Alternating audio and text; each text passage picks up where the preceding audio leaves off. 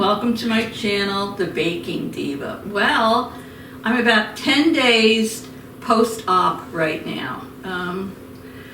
I really wanted to come on here, and as I promised you, I would do a Baker's Dozen, episode 13 of my series, The Best of the Bundts. And I wanted to make sure you had it by Mother's Day. So I'm still recovering. It's going to take me probably another couple of weeks. I'm just very, very tired. But the doctor said everything went well, and I'll be back to better than ever soon. So anyway, it really is good to see all of you. I missed you. So this is my Baker's Dozen for my Best of the Bundt series. And also, I promised you I have another series coming up. I didn't tell you what it was, but I'm going to tell you now. So if you haven't already subscribed to my channel, go down and hit that red subscribe and the little bell next to it until it says all, and that's it. You'll get a notification when my next video is up. So, what do you say, Diva? What is your next series? Well, my next series is going to be called The Perfect Pokes. I would have liked to have come up with a more clever name, but I couldn't think of one. The Perfect Pokes. Did you ever hear of a poke cake? Oh, they're so easy to make.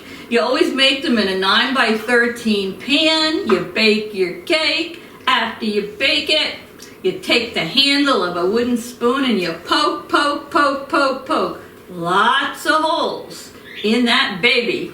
And then depending on what you're making, you pour something over it. Oh yeah, let it stay in the refrigerator overnight. They're always best to make the day before. And you have these delicious, easy to make poke cakes. And I have so many I want to share with you. So stay tuned for that. Mother's Day is this coming Sunday, and I wanted to make this cake for you because I think it's a perfect Mother's Day Bundt cake. Now, what is the name of it? Well, it's called, that's my birdie in the background, it's called a Mimosa Bundt Cake.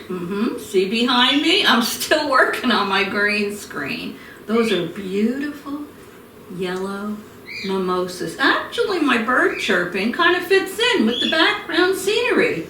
The birds chirping, the mimosa trees, whatever. I'm trying to be a little upbeat today. I'm still pretty drained and tired, but I put on makeup and a pretty spring top, and hopefully this is coming off looking a little bit better than I feel. But anyway, I promised you number 13 before Mother's Day, and I always keep my promises. So, what do you say we get started? Let's get started. Today, I'm using a Bundt Pan for you that I've never used before. Look at this baby. This is a Petal Bundt Cake pan. Oh, and this cake we're not going to ice. When we're done with it, we're going to sprinkle it all with confectioner's sugar, and all these gorgeous petals will show up, and it'll blow you away. Some of you asked, where do I get my pans? Well, some of these I've had for a very long time, but a few of them I did purchase off of Amazon. The Rose Bundt Cake pan, and I have that listed down below in my description box, the link to the Rose Bundt Pan on Amazon. And I haven't checked yet, but I'll check and see if the Petal Bundt Pan is on there. And if it is, I'll put that down below in my description box too. Okay, this cake is super duper easy to make. So the first thing I'm doing is preheating my oven to 350 degrees. Now I'm going to take my Bundt Pan, and as I've always told you, like a broken record, grease, generously grease and flour this Bundt Pan so nothing will stick to it. And this, as you can see, has a lot of nooks and crannies, so you want to make sure you get them all covered. Never had a Bundt cake not released from the pan. If you follow my directions and grease and flour it, you'll have the same luck as me. So let me get that done now. I happen to be using Pam Perfect Release baking spray made with flour. There's also Baker's Joy that I like to use, so any of them are fine. You can get them right in the food store. Worst thing to do is have a bundt cake stick in the pan, so we don't want that. Bundt cakes are absolutely beautiful to make. They're not only easy, but they make such a nice presentation on the table, right? So, what are we going to do? Well, you're going to need an electric mixer. I'll use my stand mixer, and you can use a hand mixer if you want. And everything's going in this one bowl. Now, I hope most of you know what a mimosa is. There's a drink called a mimosa, and it's a perfect breakfast cocktail. Nothing in the world can compare to the breakfast mimosa. And the mimosa is part sweet orange juice, 1 part bubbly champagne. And you know that when you go out to a brunch, especially on a special occasion like Mother's Day, or maybe a bridal shower or a baby shower, or just a party, they'll always have mimosas. And as with most popular drinks, there's a little controversy as to where the mimosa originated from. Some say it was credited to Frank Meyer. He was a bartender at the Ritz Hotel in Paris. Woohoo! Have any of you been to Paris? I haven't, but I'm sure it's very beautiful and very romantic.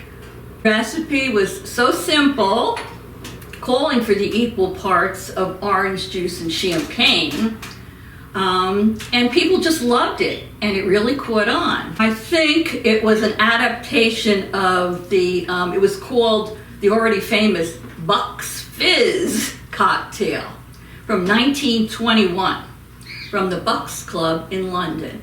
So who knows where it came from, but that's what most people say. And you know what? Alfred Hitchcock, the mimosa was Alfred Hitchcock's favorite drink. Some people even said in the United States, Alfred Hitchcock came up with it and invented it, but no. I think it was basically Frank Meyer from Paris. So, enough blah, blah, blah. I thought I'd just give you a little history on the mimosa, and so what do you say? Okay, so this is going to start with a box, any brand you want, of white cake mix. I happen to be using Betty Crocker's white cake mix. You can use any brand you want, but it should be white. So I'm going to pour that into my mixing bowl. That all in there. So I hope you have all been doing well. I'll tell you, having surgery is not fun. It's not for sissies, that's for sure. But I saw the doctor the other day and he said, "You're doing very well. My surgery was a success and you'll be feeling fine in a couple of weeks." So I like him. I trust him, so I'm taking his word for it. All right, we have our cake mix in there. Now we're going to add to this 3 large eggs, 1 cup of orange juice with no pulp. That in there. A 1/2 cup of cooled melted butter. Very easy ingredients. Now, the last 2 are going to be some orange extract. Now, this is just McCormick's orange extract. You can get this in any food store. So it's 1 teaspoon of orange extract. Let me go get my teaspoon. Hold on. All right. So 1 teaspoon of orange extract. Now, last but not least, we need 2 teaspoons of champagne flavor or extract. Now, we're not putting real champagne in here. It just doesn't work out that well in this particular cake. I'm using what is called a champagne, it's a champagne type extract. Now, This was not available in the stores. I ordered it online. It came from a company called, whoopsie, Apex, A-P-E-X Flavors. I'll put it down with the recipe for you. And they make all different kinds of flavors and extracts. And I have found this one to be one of the best in this cake.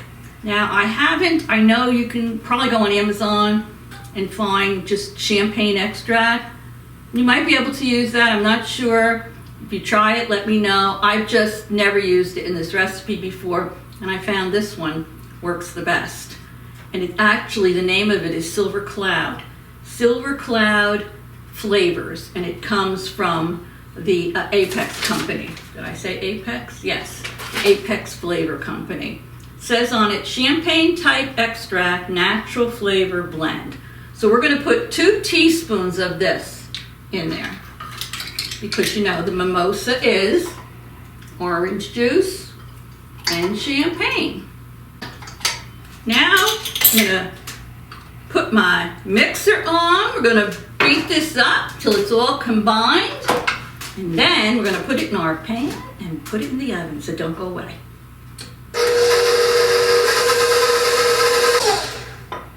Looking good, another minute or so.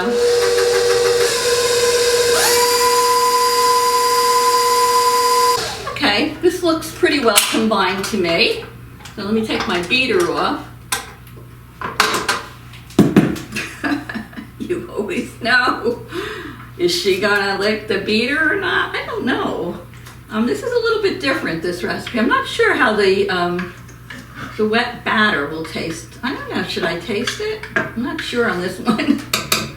I don't know. Maybe I'll take a little tiny lick of it.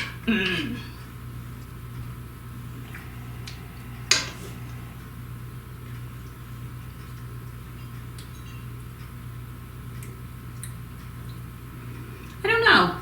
Not sure. I guess it has to bake first, but not bad. All right, let me move this out of the way. Okay, so let me bring over my Petal Bundt Pan. What are any of you doing on Mother's Day? Any of you that celebrate? Could be a mother, could be the mother of a fur baby. You could be a stepmother. You could be a grandmother. I mean, anybody who calls himself a mother should celebrate on Mother's Day. We're not doing anything special. In fact, everybody's coming here. It's going to be, we're celebrating, let me see, my daughter's mother-in-law's birthday is on May 3rd. My daughter's birthday is on May 4th. Then Mother's Day is that Sunday. And then I think that's what, the 8th. And then my one grandson, Aaron's birthday is May 16th. So we decided to celebrate them all together. And the restaurants are super crowded on Mother's Day. And I'm not up to hosting here with my recovering from my surgery. So we are having it catered. We're just gonna bring some simple food in. Actually, the kids will be here, so if it's a nice day outside, you know, we have the soccer net outside, there's the basketball net in the driveway. They all go out and have a good time. They're not confined in a restaurant. And maybe we'll even serve mimosas. So whatever you're doing, make it a good one. So let me put the batter into here. Now this is gonna go into my 350 degree oven for 39 to 43 minutes. That's right. So when it hits 39 minutes, take it out, check it with your toothpick. If your toothpick comes out dry, it's done. If not, put it back in for another few minutes. So let me finish getting this into the pan. I'm going to tap it a little bit, smooth it on the top with my spatula, and I'll be back when I take it out of the oven. It's cooled, and we release it from this pan. So stay tuned. Okay, I'm back. As you can see, once again, the cake slid right out of the pan. Now, the inside of this cake will be light colored. the outside is a darker color. It has a very delicate orange champagne flavor to it. And what's nice about the fact that it doesn't contain any booze is that the kids can eat it too. And this is delicious if you want to serve it with some raspberries and a little vanilla ice cream. So good. So I'm not going to frost this. I'm going to take my confectioner's sugar and I'm going to sprinkle it all over the outside of the cake. Just like this. And it will make all the beautiful petals show up. Isn't that pretty? I did this when I made my rose cake one time. It was beautiful. Look at that. Oh. What a pretty presentation that makes on your dessert table. Wouldn't this be a nice Mother's Day cake? Mimosa cake, champagne, and orange for Mother's Day. Look at that. Isn't this pretty? Look at, oh, it just looks like snow on these petals. Look at that. I'll turn it around a little bit for you so you can see it. What a presentation. You know what? You can even make a Christmas cake in this Petal Bundt Pan. You can put red poinsettias on there, make it look like leaves of snow. But anyway, enough of that. We're going to have a taste testing. So let me cut into this baby now. It's nice and cool. Don't put your confectioner's sugar on it until it's nice and cool. Very nice. Should probably just be a very pale citrusy color inside. So let's get this first piece out. Oh yeah. It almost looks like a pound cake. Can you see it here? So let me do my taste testing and tell you what I think. Here we go.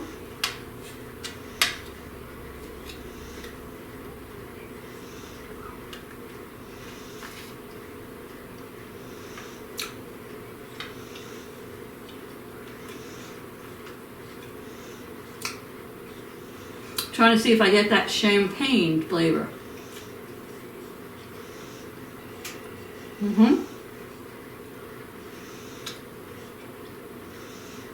Very good.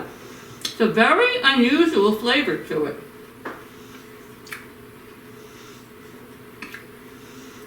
That combination of the orange extract with the champagne extract, it's very good. I think it tastes like a mimosa. So cheers to all of you. A happy Mother's Day. Maybe you want to give this cake a try. Have it, right now I don't have any, but I'd love, I think, a little vanilla ice cream because it's not real sweet. A little vanilla ice cream on the side with some raspberries and maybe a mimosa. So anyway, thank you to all who joined me in my Best of the Bundt series. I think I made 13 fabulous Bundt cakes. They'll all be listed with the links in my description box below. Don't forget to subscribe because next week I'm starting my new series on the perfect pokes, a series of poke cakes. So thanks for stopping by and spending a little time with me today. Makes my recovery feel a little better. I really appreciate all of you. Love you all. Very good. See you all very soon. Toodles!